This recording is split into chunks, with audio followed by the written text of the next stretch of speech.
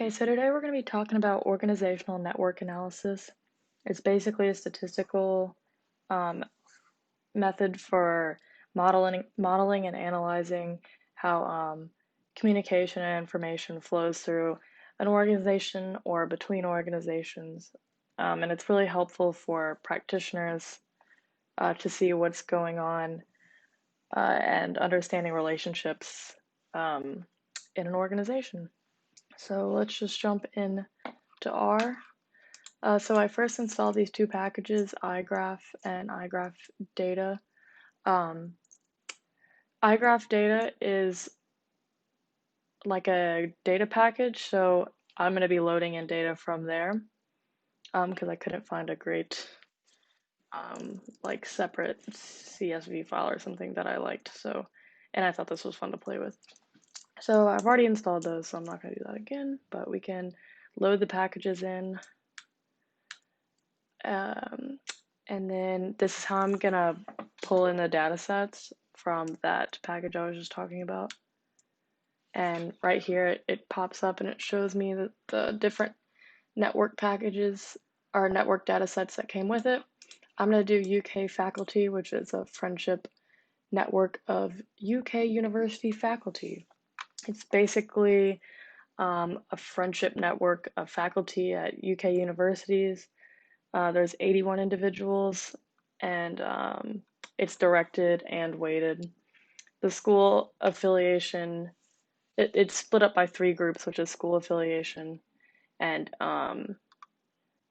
it's the weighting is their the strength of their friendship, which you'll see more of when I start breaking down the data. But so this is me pulling in that UK faculty data set. And I'm gonna get it in my environment up here, which is cool. And I'm gonna rename it to UK because that's just a lot easier to type. And that's also gonna be in the environment. So I kind of wanted to like play with some of these functions because I wasn't able to see the data set like I'd like to. So I made them, I used the data frame function to like look at the in data frame form, I guess. Um, so here I can look at the edges where I can see, there's a lot, but this shows where it's coming from, to who it's going to, and what the weight is. Then I can look at the vertices, and that's just going to show me which group each person is in. So like I said, there's three schools. This is persons at the third school, they're at the first, down here is the second. And then I can smush them together if I want, which is useful, I suppose. We don't have to go through all that, you get the point. I also wanted to see the edgeless and the adjacency matrix since that's not something that I got to bring in myself. So I've got that here. This just lists all the edges, which is pretty cool. And I can do the same with the adjacency matrix.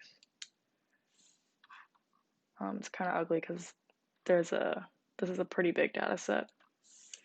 So even further, let's examine the data some more.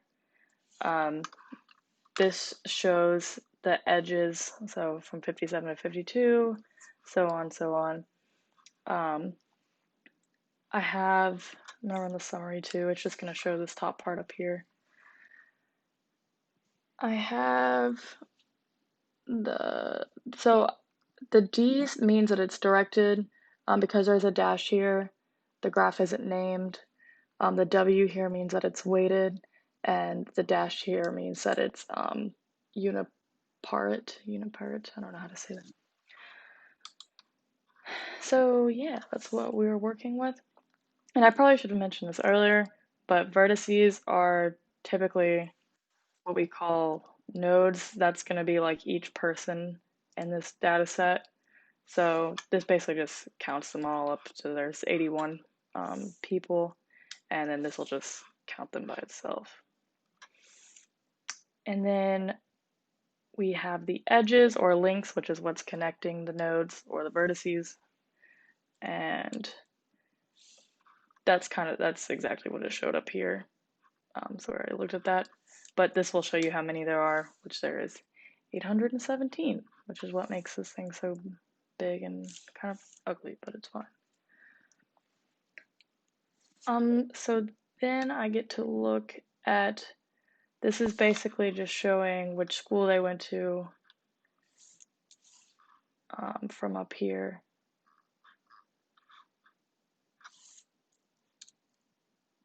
And this shows the weight. So these showed up earlier when I ran them in the data frame, but it's just another way of showing them.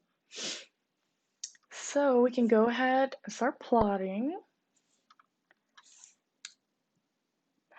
So as you can see, I'm gonna zoom in. Oh, this is kind of a wreck, and not gonna lie, it doesn't get much better than this, but it does get a little bit better. So I'm gonna get away from there. So I decided to split the groups up by color. So like I said, there's 3 schools, and I want to see how these different schools are interacting with each other. So if I give them on their each color, it'll be easier to visualize where they are in relation to each other. So this just creates a name and a vector for the 3 groups since they're titled 1, 2, and 3. And then this actually assigns colors to each item in the vector based on the group. So I have that here, and it's going by group, and we're gonna call it this. It's gonna pick colors. And then I'm gonna plot it next. So here's plot. Next is my data set. This is gonna change the size of the arrows. So you can see they're kind of tiny right there. The vertex size, this is gonna change the size of the circle. The edge width. So I wanted to try and since my data set is weighted, I wanted to see if I could make the edges, the lengths between them, make them thicker based on the weight of the friendship. It will work, but it's not cute, really. It might be if there wasn't so many data points in here, but it's fine. And then this, I just didn't want to put the labels in there because it was just too much. So let's run this guy. Yikes. And then I made a legend, and it's not showing up. That's so sad. All right, well, we can look at this guy. I'm gonna zoom in on him. Come on. Okay, that's good. Oh, there it is.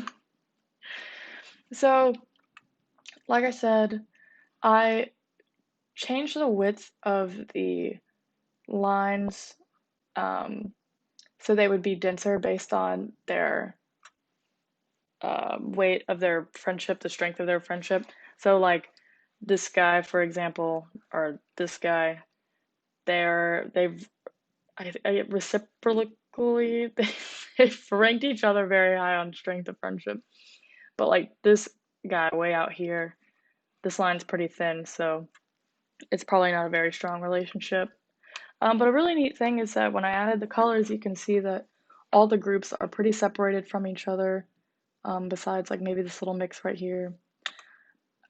These 2 clear, or these, yeah, transparent circles, I think there was 2 people in the data set that put NA for school, so they didn't get a color, which is fine. But yeah, so if I was a practitioner and I was looking at this and say this was like 3 groups in an organization, I'd be able to tell that like there's very little collaboration going on, and I could maybe work from there and see what that means. I also might check in on this person and see why he is so far removed, he or she. So let's go back. So now we're going to be looking at network measures. I'm going to start with degrees. And degree is basically the total connections that someone has.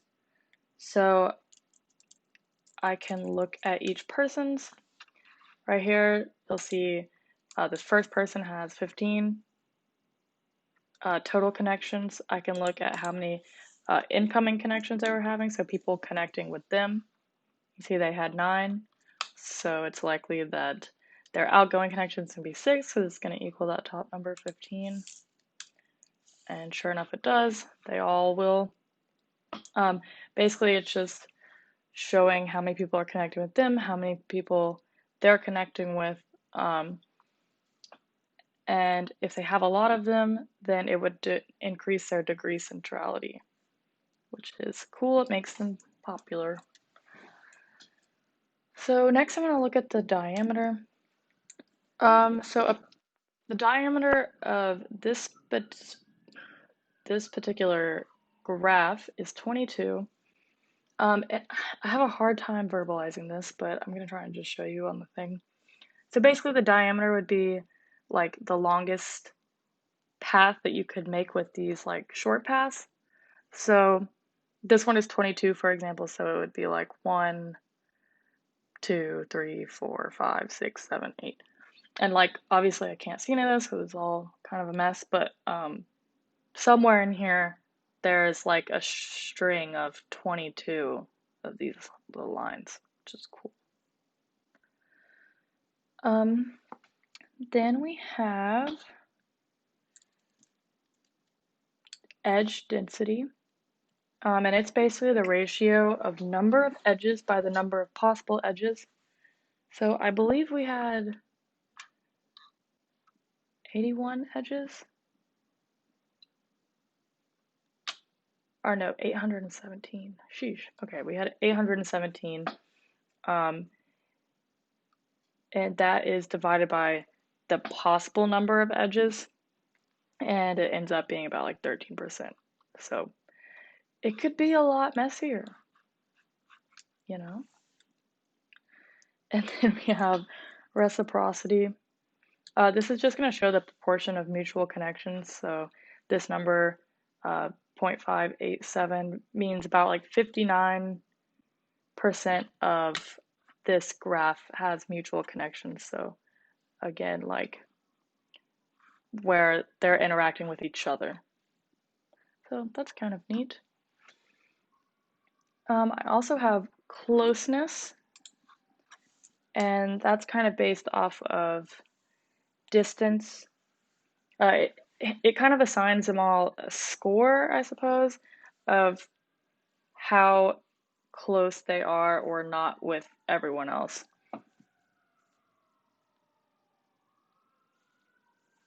So some people might be really connected.